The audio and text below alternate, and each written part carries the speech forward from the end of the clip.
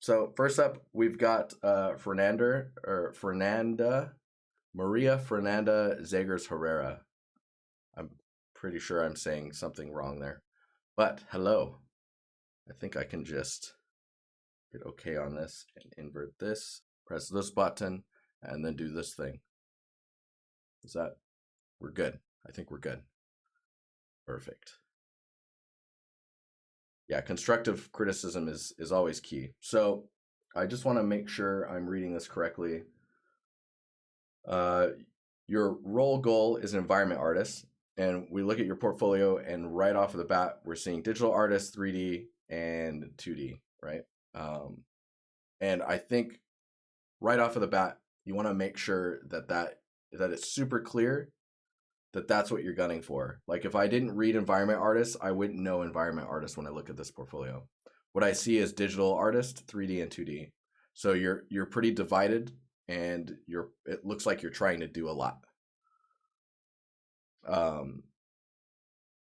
Just as a little side comment to Rodrigo in chat, I do portfolio reviews. You'll see the cadence in that link there, and you can sign up in the form inside of that link. But yeah, so we're looking at digital artists, 3D and 2D. So there's a little bit of a lack of focus, and you could say that that's more generalist vibe. Oh, I just realized my camera is not on. That's cool. That is a bit more generalist, and normally I would say that could be it can be okay, but I think if you're trying to get in, because I don't know if you're trying to get into AAA, but I would highly suggest if you're trying to go for AAA that you're focusing into more than primarily into one category, right? So it's good that you have them all split up like this. I think having environments and props as the front kind of helps lead into that direction where you're like, okay, yeah, you want to be an environment artist. Cool. So we got props and environments as first. You do have UI in here as well as illustrations, concept art, character art, and creatures. So, whoa, that is a crazy creature. If I go portfolio, I'm going to see, you made it so I can't see all of them, which is quite interesting. But yeah, the illustration stuff's not bad. I'm digging this one. And this one's really well done. For Inktober as well. That's cool. I would say, like, when I see something like this, for example, and it's Inktober, I would love to see some type of logo that lets me know that it was part of like some type of a challenge or a monthly event or something like that, right? But I would suggest against having. I would try to go against having so many categories. UI and environment art and illustration and concept art. These are all like environment art and concept art kind of go into the same direction, but UI is completely that's in a different group. If you really want to get into UI, then I would just go full on into that. Oh, Qubit, thank you for the Prime Gaming sub, man. So I would remove your UI section. I don't like, it's cool that these are in here, but I probably, as an environment artist, I wouldn't even click on those. I would be curious on your concept art and illustration. And then I'd be like, all right, that's cool. That I don't see any environment art stuff in here. And again, with me being an environment artist, I'd be curious about that. The execution quality is pretty good on the Inktober one and the Corgis one. And remember, this is just looking at the thumbnails. But the characters, these lack a whole lot when it comes to just the understanding. Like, I'm not a character artist, but you know how everyone can be so critical about being characters being good or not, right? And it's because we look at people all the time. That's how we interact with our own group, our own species, right? So you'll immediately see when something's wrong, and that's why the uncanny valley kind of exists. So I would suggest removing these. If you really want to keep them, you have a pro account, I would just throw all of your experimenting and things that you're interested in that aren't focused on your direct portfolio into your blog. That's like the best place for just showing that you're curious and doing a little extra work on the side of like just trying to do art, right? Because it shows that you're curious in all of these departments. It's just if your focus is in environment art, again, just show that stuff, environments and props. Uh, Creatures as well. This is like super. That is super creepy to me, but I think that's the intention, right? So that's cool. Um, yeah. So let's look at your environment and props. So right now we've got Warhammer House. We'll click on this real quick here and just kind of look through it. We've got this was posted 4 years ago, so it's pretty old at this point. But it does show your ability to sculpt high res content and bake normal maps onto a low res mesh. What I am seeing when I look at this is that at least 4 years ago, you didn't understand like how to make this low res mesh as cheap as possible, right? Like, let me see if I can zoom in on this. So like there's geometry that's extra in here that you just do not need. You don't need to be paying for that stuff. And by showing that type of modeling, it shows to like for myself that you're not quite understanding, at least 4 years ago, you were not understanding what it is to be like a low poly, other than it's lower than a sculpted mesh, right? The other thing that this project shows me is that while you are interested and doing a pretty good job of sculpting, you're sculpting things that in the traditional sense of making game art, you wouldn't do it this way, right? It wouldn't be a bake that's set up this way.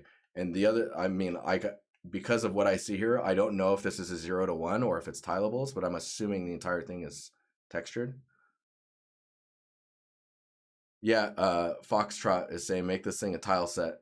So I mean, you could make all of these parts like into a single texture sheet that's set up in a way where you can map those to geometry and just kind of build as many buildings as you want, right? Tileable roof textures can be all of your roofs, and yeah. But this is 4 years ago, so we'll leave it at that. This one's 3 years ago. It's a very special project for me. I want to do a scene that represents the beauty of Chile, my home country. Modeled all the assets in Maya and used Substance Painter and Photoshop. This is a very clear. This is 3 years ago. This is clearly a step up in the quality of your content. Even with the poly count where it's at in this, I would say the only thing that really sticks out as like, whoa, that's kind of high poly, are these shoes. I think everything else is within an acceptable range. And you could argue that you could use more geometry in certain things like the cracks in the stairs. And then texture resolution. Going modular, yes, definitely Exile. You can see it in the railing up here, that there is some sense of a modularity going on, or at least like wanting to save time by chopping it up so you can just texture a part of it and then dupe it a bunch of times. Yeah. I think the only other thing that really sticks out to me for this one is there's still some geometry that's being spent that's not really doing anything, right? So like these extra loops that are here. I hope you guys can see my mouse. I don't think you guys can see my mouse. I just realized this. Okay, hang on. Hang on.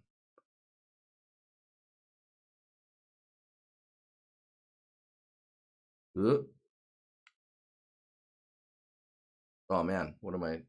2 seconds, guys. I'm like halfway between two monitors trying to use a pen. Let's see if you can't see my pen in this one. And we got lucky that I caught that.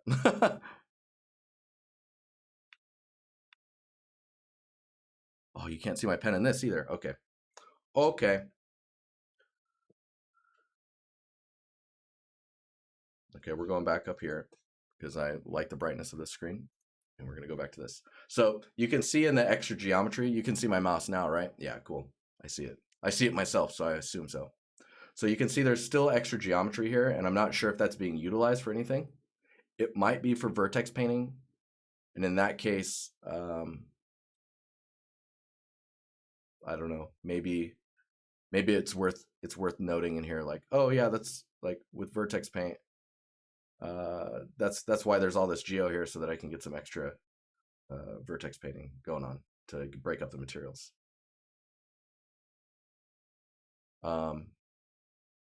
Esto, no, it's all good. I wasn't doodling or anything, but with loops like this, these are perfect opportunities to take that pipe and bend it a little bit, right? Add that undulation in the shape that ends up breaking up the shape, making it look less 3D and more realistic or natural. Even if it's just this part straight and then this part up here is just slightly tilted. Like if you're not using that geometry, you should definitely remove it. And then with the shoes, especially, I think it's because there was not the intention to be baking those shoes down to some type of low resolution mesh, right? I think I can pull this forward now. I can be in this mic. Hello.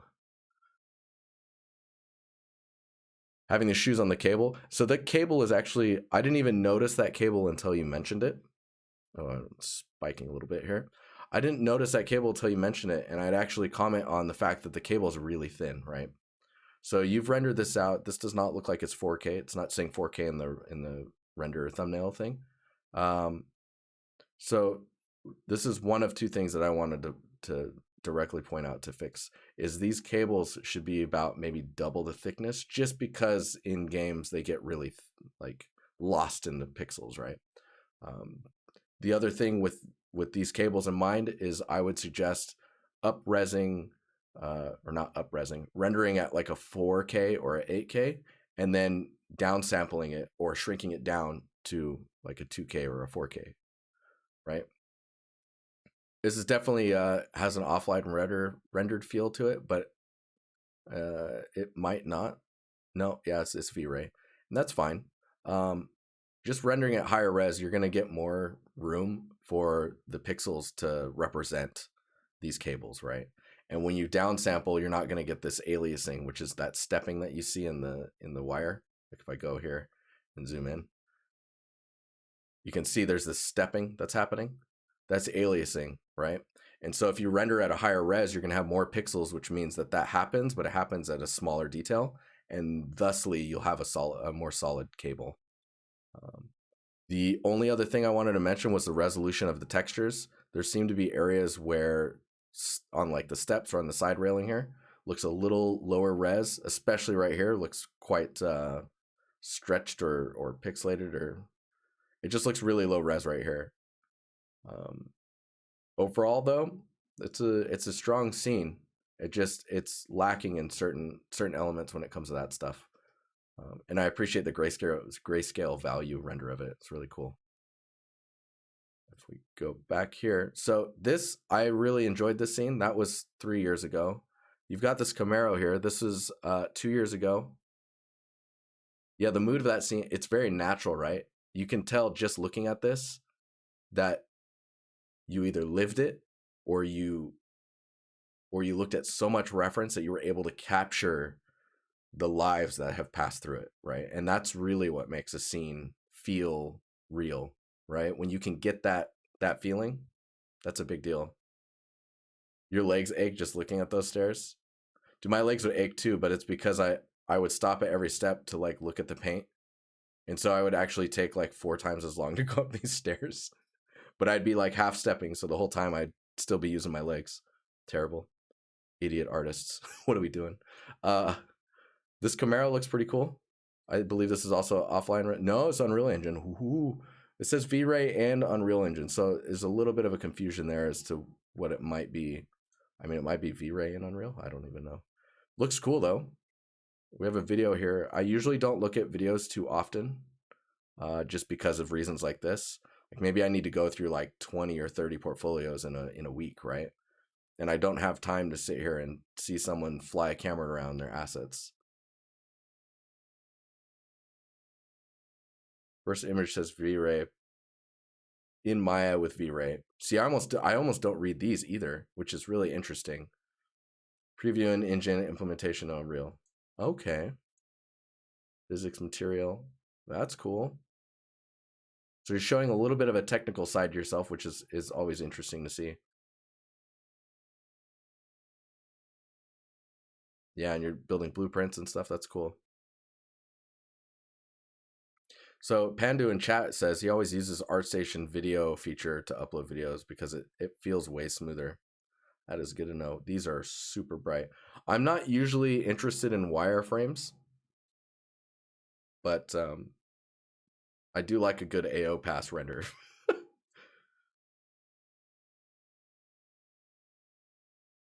Yeah, this is pretty cool.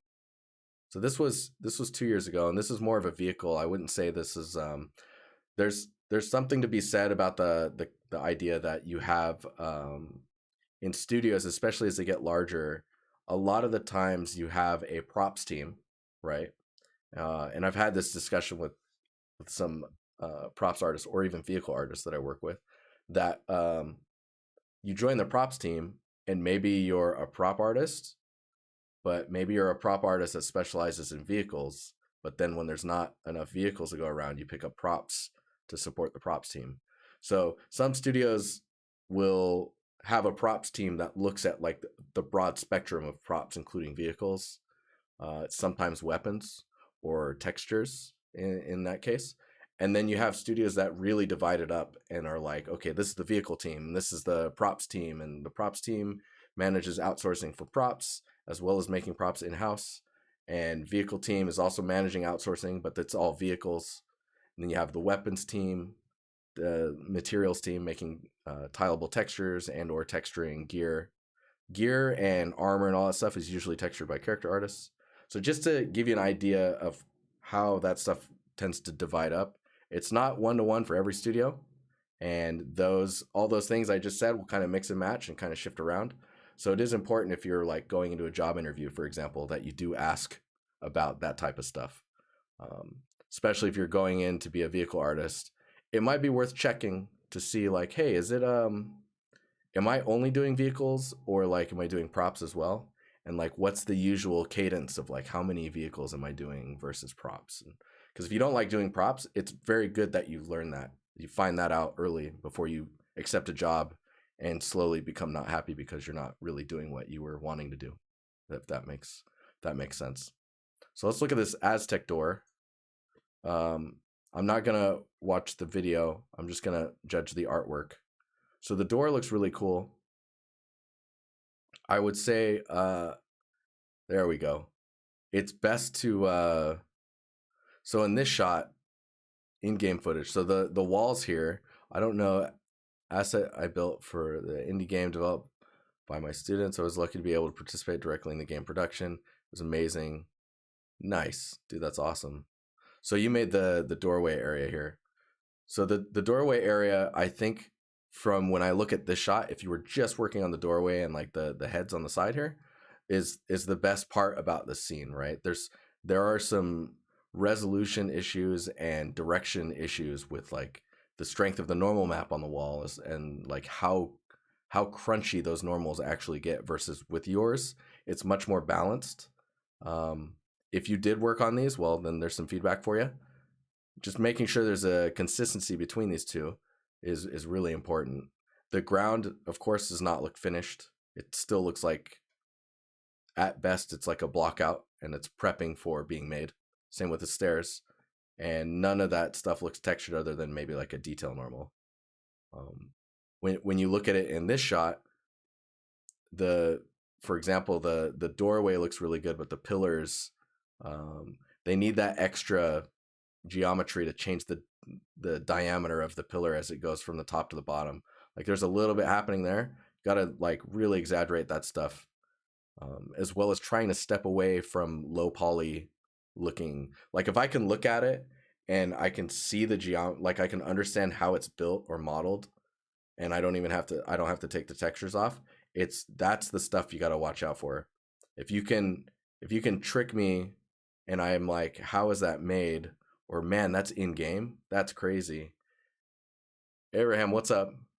Nusty, what's up, dude? Oh yeah, this looks pretty intense. Dang, this is really crunchy. Like the details in here. I like the approach to it. It might be a little strong, but in the bake it doesn't really come off too crazy. There is some gold patterns, and the way it clips into like the arch here, like if I click this and we zoom in here, this this how it meets this line, I feel like this is supposed to be a completed square, and it's just being blocked by this, right? So design wise, it feels very strange.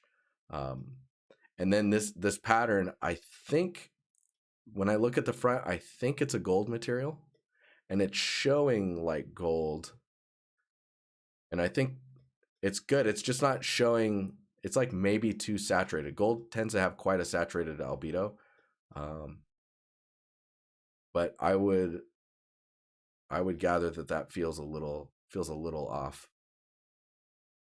Yeah, maybe a little bit more, maybe stylized. And then the noise type stuff that you have going on here is pretty intense, especially in here. Like up here is not too bad. There's some cloudy stuff happening in the texture here. So this literally looks like this color and then this color with a cloud mask on top of it. Whereas this stuff here is just really crazy. There's like so much stuff going on it that it's really hard to tell the logic behind the age and the wear and the tear that's happening on it. Think about the logics of how materials break down and wear down, and where the highlights show up and what type of material it is will tell you a lot. I think what you're succeeding in here is there's some paint that's being worn away from like it being so old. It'd probably be even less saturated, but in the fact that it's for game art, sometimes you gotta pump that stuff up a little bit. And then we look at this one. This one is 3 months ago. So right off of the bat, we have this nighttime shot. There's some nice material definition stuff going on here. This nighttime shot, like, doesn't feel like nighttime to me for whatever reason. I think it's maybe the brightness of these bands of light, and the color is really, really blue. But this lighting is actually making the materials look better, if that makes sense. And when it comes down to this scene, man, there's a lot of props in here, a lot of unique stuff. It looks like, at least. Camera movement, everything I've ever talked about with camera movement, I should make a video on that, because there's a pacing, right? Um, a lot of the times you want to start a scene still, and then once it starts to move, let's say it's moving at a rate of 1 meter a second or something like that. That's probably way too fast, but think about that as like you have a constant. You're moving at a certain speed the entire shot. Now, when you go to the next shot, if you were moving left to right in the first shot, if all of a sudden you're going right to left in the second shot, but then at like double that speed, it's very jarring, right? So thinking about switching from shot to shot with smooth transitions that go in directions that help flow the camera, so it's almost like you're in a roller coaster experience, like a smooth, like you're on a spline and the experience is smooth. Uh, that goes the same for like if the next shot is not moving and then starts to speed up and is moving. You should always trim that stuff off where the camera is gaining momentum, and always get it at that amount that's looking nice and smooth and consistent. Dude, Ben just posted another article. Dude, he's been posting some really good blog posts, by the way. Ben Wilson, check him out. I think he might be in chat. Watch out. But there's a lot of stuff. There's a lot of stuff in this scene. It's very bright in some cases. Yeah, there's a lot of brightness going on in here. And someone said in the chat, I think it was Exile, roughness variation. I'd be really curious to see what the roughness is here. Ooh, you got an asset breakdown video? Yo. Have been self-promoting on stream. He knows. He knows. Dude, this is cool. That's great. Oh, wow. You went in and, okay, I see.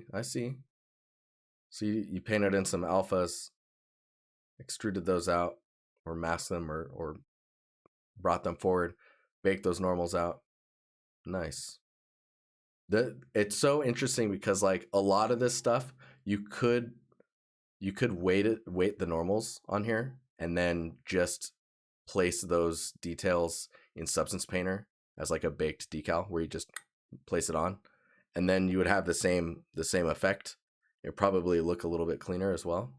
But there's a lot of stuff in here. Ooh, and you're packing your textures. Oh my, showing some materials. I don't like text doing this. Usually I want it to just be easy to read, but I'm not minding it. It seems like it's all kind of consistent, so that's good. You're showing some shader breakdowns, lighting breakdown. That's cool. See this shot. There's some color here. I think it's because like this shot here. There's so much blue in here. It's just too much blue. Maybe that's the style you were going for. Maybe, but yeah. Oh, more light breakdowns. Dude, that's cool, man. But you can see it's very busy in the materials, right? There's a lot of stuff going on. And so I think when it comes down to like you're looking at all these albedo values, if you go into just unlit view and just look at or even black and white and look at the contrast between the gray values of your material, like of your textures, and really think about like how busy that's making an area. Like these stripes here, like if we go and we grab this. Hola, Keith, what's up, man? Hey, thanks for the 12 months, dude. I'm missing my overlay. We keep it quiet during the portfolio reviews, though. So let me just do this, and we'll just grayscale it. It's not too crazy. Let's bring it up here. So it's not too crazy. Just as a quick grayscale, you can see there is a difference in contrast here, and it's like if you can unify those things and keep this keep those details not so fighting each other in value or saturation, you'll get a much more consistent image, because like you can see how busy it starts to feel. And I guess the brightness is also a big thing. You can see for a lot of the images is quite bright. If I do that, I guess saturation needs to be toned down. Yeah, it gets kind of difficult to look at, and maybe some depth of field would help as well. Get that garlic out of there. I mean, I like the garlic, but it is in a really strange spot, and it feels like the garlic is huge, right? Feels very big. It seems like, think about how the person would use the kitchen. That's a good like keynote there. Yeah. But I mean, I see this stuff and I'm like, dude, you should remove this. You should remove this because it's just a very dated piece of work that's just pulling the portfolio down, and keep the vehicle here. I would still, I would stick with this environment and this environment, and then the car, and then the rest of the stuff you can keep there, or you can put it in your blog. I would suggest putting it in your blog and just trimming it back down to like a car and 2 environments. And if that feels like it's very trimmed down, take these scenes and do a prop breakdown next to it, right? And then once you get another scene, then you can merge those back into these pieces, just so that it's a little bit of padding your portfolio. But I think early on, if it's like if that makes you comfortable and helps you keep going, just do that. Just know that once you have a lot of content on your portfolio, it is not standard practice to have props outside of the scenes themselves. But yeah, hopefully that was helpful. I think what you need to be focusing on is your lighting and logic when it comes to like where you're placing stuff, followed by, actually, I think your logic would be third, and your second would be material definition. It's like understanding your materials and how those read, followed by your lighting, which affects the way your materials are read as well. And then storytelling and talking to yourself about, that's right, I said talk to yourself, about where your propping is, and how, like, if that's logical, where it's at. But yeah, cool. Nice portfolio. Hopefully that was helpful. and I'm gonna get on to the next one.